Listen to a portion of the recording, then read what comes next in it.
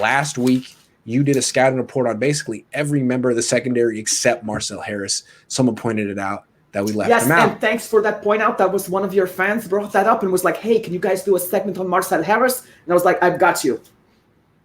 Yeah. So what do you see from Marcell Harris? Yes. All right. So Marcell Harris, to me, he's from Florida. For those of you who don't know, he distinguished himself there, doing a little bit of special teams and doing some safety work as well. He's described, I absolutely, it jumps off the tape. Honestly, he's a clean hitter, but he's a big hitter. He stunned some guys in college. He knocked one out cold. The Seminoles game, he knocked that guy out cold, the receiver, just boom, stunned him, knocked the ball out. It was reminiscent of the Pierre Thomas hit by Dante Whitner. It looked just like that. And I saw that game, actually, and I remember when we drafted him, I was like, oh, that could be like the new Whitner on this team. And that's really kind of his skill set, begins and ends there. Downhill thumper. He chooses a vector, basically a pathway to the ball, and he goes for it. He does not have good instincts for how to lead in his tackles, so he tends to overrun his lanes and uses his strength and athleticism to try to sickle cut his way back. So basically, if you have the guy here, he's going to hit. He takes a straight line at them, and if they begin to go away from him, he overshoots it and chases them from perpendicular or from behind. This is not a good angle to take to the ball. It's not the shortest line, and that's how people get by you, as well as you're not able to make a play on the ball quite the same way. So there's his weakness, I think, is in his, basically he doesn't have a lot of range or lateral coverage. He's a very downhill kind of player, kind of like an off-the-ball linebacker. Yeah, and they did play him at off-ball linebacker in the Saints game, and he made a stop, remember? Did. Yes. Yeah, so I really thought he was better at off-ball linebacker. I don't know if you saw that. I thought that was a better fit for him. He's not a small guy. He's like, is he 215 or something? Yeah. I mean, he's not huge, but he's not small. And I mean, for a safety, if you bring 215 to 225 pounds, that's a lot of men moving at high speed. So that's the thing. He's really good at blocking alleys as well. So so in the wide nine scheme that we are running, you're going to see the runner potentially get to the second level with a cleaner lane sometimes. And that's where just like in the Saints game, that's where he's really good, is moving like a chess piece. So he's good from coming out here, moving into the lane, boom, and stuffing it. And that's where I think he needs to be played. We talked about not converting safeties to linebacker. I think we should have him as a box safety linebacker kind of hybrid, perhaps. But we just drafted Hufanga. Very similar. That's what I wanted to ask you. How would you compare them? I compare them very similarly. I think Hufanga is probably better at taking angles. And I think that's something that could play into them playing him even more. Marcell Harris, he has schematic familiarity, so I think that plays into his retention on the team. He also has tremendous special teams value, but if you remember, I said Hufanga has great special teams value as well. I think Marcell Harris at this point is the more cerebral player. I decided to look deeper into him, a little bit of off-field stuff that he does as far as his workouts. And remember, that's really how I got started here, was talking about activation and deactivation, cooldown and warm-ups and workouts. Marcell Harris takes this very seriously. He goes to the gym and looks like he's not doing anything because he's stretching. He's doing motor, flexor, abductor exercises where he's doing the little things that I like to see a super athlete do. And so I think his longevity and health is not going to be in question. I think he can hang around in this league.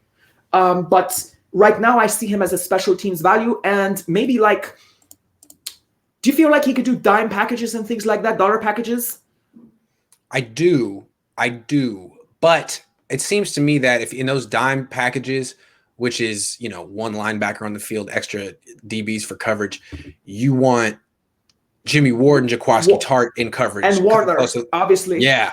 And so coverage. You'd want really more like free safeties. That's where you'd want Tavarius Moore to be in the – see, with Marcell Harris, the way I look at it is he's good, but I think Hufanga is here to replace him. And Harris, you know why I think that is? Because Marcell Harris has shown time and again that he overruns his assignments. Yeah.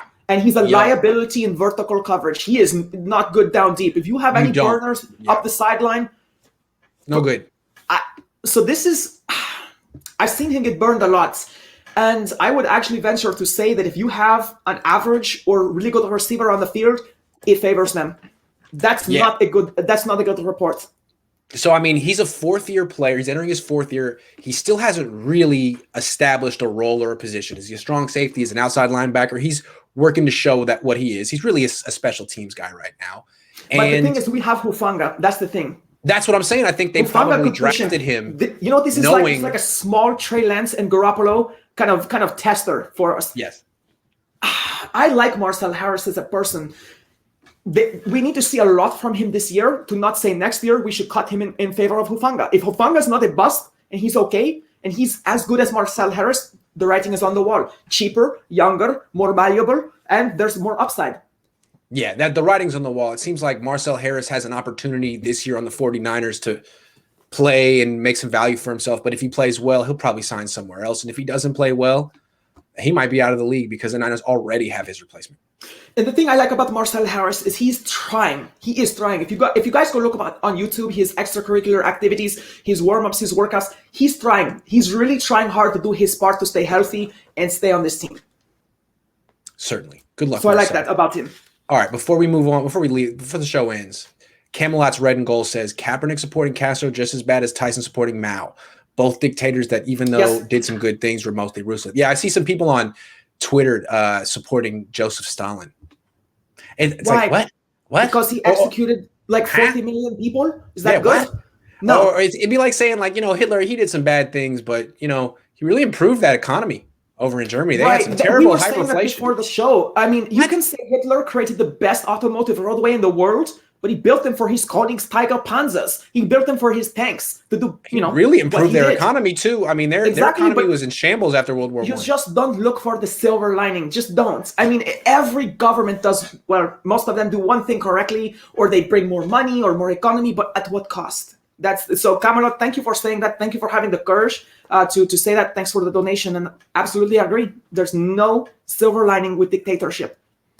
Absolutely, and thank you for humoring us on our political talk today, because it means something to us. I don't know, as a Jew, when I hear people talk about like the silver linings of murderous dictators, I'm like, wait a second, I don't like where this conversation's going at all. So why don't we talk about that? Yeah, thank you. And especially as a North African, I mean, my grandfather served in the wars against, and by the way, we fought Cuba. Fidel Castro sent 3,000 soldiers against us to fight, and he killed some of us. We won the skirmish, but they fought us in North Africa. That's Fidel Castro for you. So, and I want to close with one thing. I believe in Colin Kaepernick. I think he's a good guy.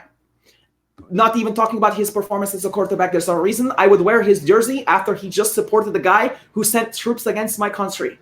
Because I just think he was misinformed. I think he's frustrated with the political landscape here. And he was grasping at straws for some kind of positive example.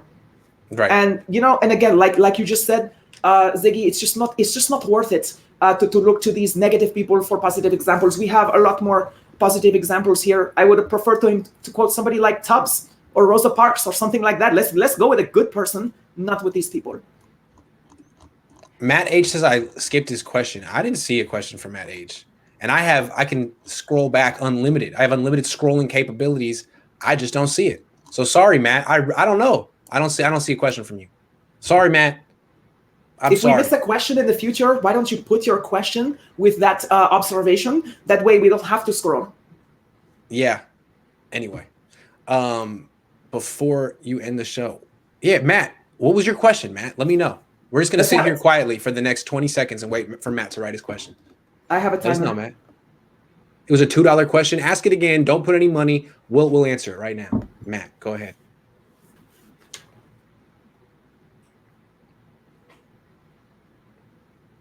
The thing with Kaepernick, I always got the feeling that Nessa knew her shit, and they would talk, and he would not know it as well as her, and he'd be in interviews.